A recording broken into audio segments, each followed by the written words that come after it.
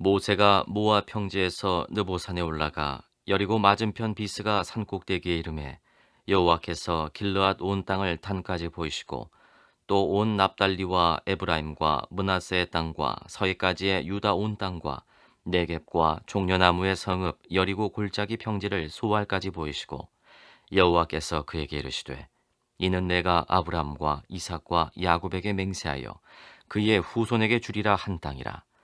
내가 내 눈으로 보게 하였거니와 너는 그리로 건너가지 못하리라 하시매 이에 여호와의 종 모세가 여호와의 말씀대로 모압 땅에서 죽어 벳부을 맞은편 모압 땅에 있는 골짜기에 장사되었고 오늘까지 그의 묻힌 곳을 아는 자가 없느니라. 모세가 죽을 때 나이 120세였으나 그의 눈이 흐리지 아니하였고 기력이 쇠하지 아니하였더라. 이스라엘 자손이 모압 평지에서 모세를 위하여 애곡하는 기간이 끝나도록 모세를 위하여 30일을 애곡. 오늘 저희들 함께 보실 하나님 말씀은 신명기 34장 1절에서 8절입니다. 신명기 34장 1절에서 8절. 요단강 입구에서 동쪽으로 약 80리쯤 떨어진 곳에 높이 822m의 산이 하나 있습니다. 지금은 예벨 앤 네바라고 부르는데 예전 이름은 느보산이었습니다. 느보라는 이름은 높은 산이라는 뜻입니다. 제일 높은 봉우리는 비스가 봉우리인데 모압 평지에서 튀어났기 때문에 전망이 아주 좋은 산입니다. 지금으로부터 3,400여 년 전에 한 노인이 홀로 이 산에 올라갔습니다. 나이는 많아 보였지만 기력이 쇠 보이지 않았고 특히 맑은 눈을 가진 노인이었습니다. 이 노인은 비스가 봉우리에 서서 아주 찬찬하게 가나안 땅을 내려다봅니다. 이 노인이 누구일까요? 잘 아실 겁니다. 모세입니다. 여러분, 느보산에 올라온 모세의 심정을 한번 짐작해 보시기 바랍니다. 성경은 성경에 등장하는 인물들의 감정에 대해서 자세하게 기록하지 않습니다.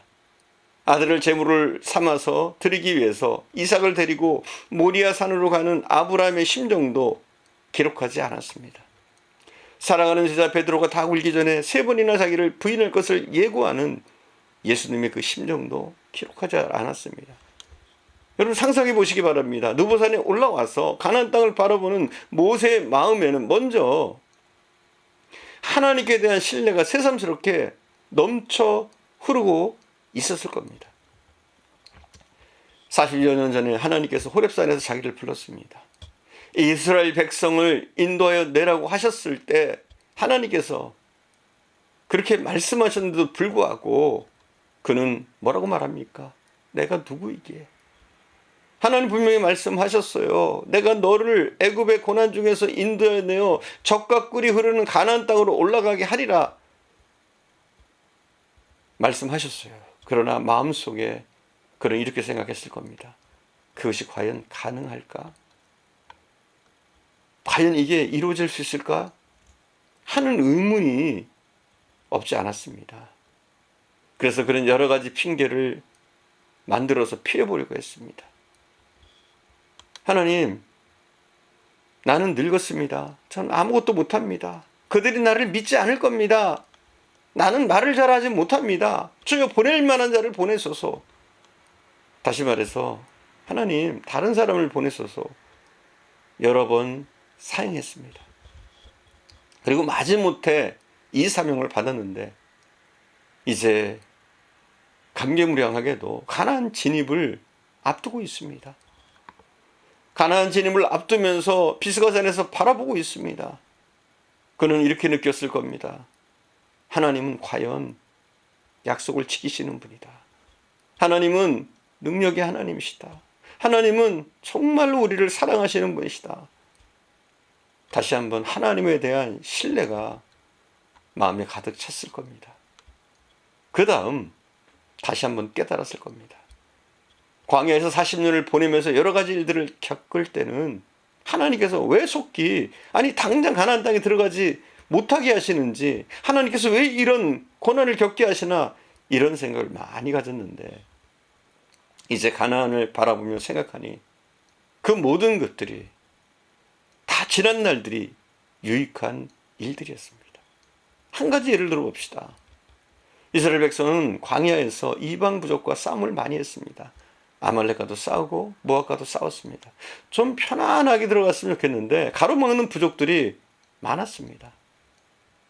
그러나 그들과 싸우면서 얻은 전투력을 가지고 가나안 원주민들과의 전쟁에서 이길 수가 있었던 겁니다.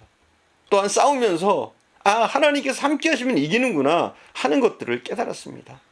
광야에서 여러 가지 일들을 겪으면서 더욱더 하나님을 의지하는 백성이 되었습니다. 하나님의 시간, 하나님이 하시는 일, 하나님을 믿는 백성들이 겪는 일에는 무익한 것이 없습니다. 다 필요한 것들입니다. 하나님의 시간이 제일 정확하고 적당합니다. 그러나 우리는 너무 성급해요.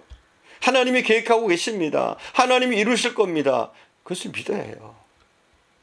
제가 아주 오래전에 운전면을 받기 위해서 운전학원에서 S자 코스를 연습하고 T자 코스를 연습하고 요철을 통과하고 언덕을 통과할 때 왜 이런 것, 왜 이런 훈련들을 하지? 왜 이런 연습들을 하지? 그냥 운전하는 거 보고 운전면허 주면 좋겠는데 왜 이런 것을 하는지 모르겠다. 그렇게 생각했었습니다. 근데 나중에 실제로 운전을 하면서 이렇게 보니까 그게 필요하더라고요. 만약 그걸 안 했다면 어려움을 겪을 일이 많았었던 것 같아요. 이처럼 하나님이 우리에게 시키시는 일은 다 필요하고 도움이 되는 것들입니다. 우리의 눈으로는 모르지만 우리가 현재를 바라볼 때 고통스럽고 어려움이지만 하나님은 우리에게 다 계획이 있으셔요. 그 다음에 가나안 땅을 바라보며 이스라엘 백성들이 저 땅을 정복하려면 힘든 싸움과 여러 가지 어려운 일들과 우여곡절을 겪겠구나 하는 생각이 모세에게는 들었을 겁니다. 가나안 땅을 점령하는 과정을 적은 성경이 바로 여호수아입니다. 내용이 아주 복잡하고 분량이 많습니다.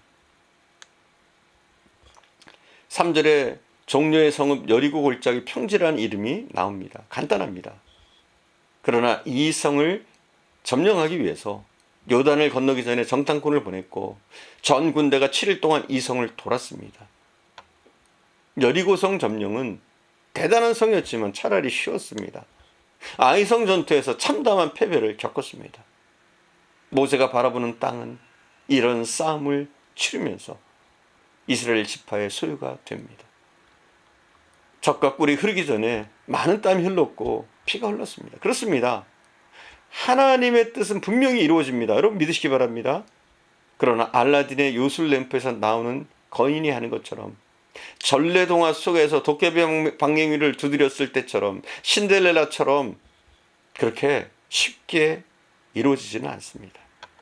하나님의 뜻은 마른 사막, 습한 땅, 높은 산등성이 힘겨운 과정을 통과하면서 여러 가지 일들을 이룰 수 있도록 도우시고 함께 하십니다.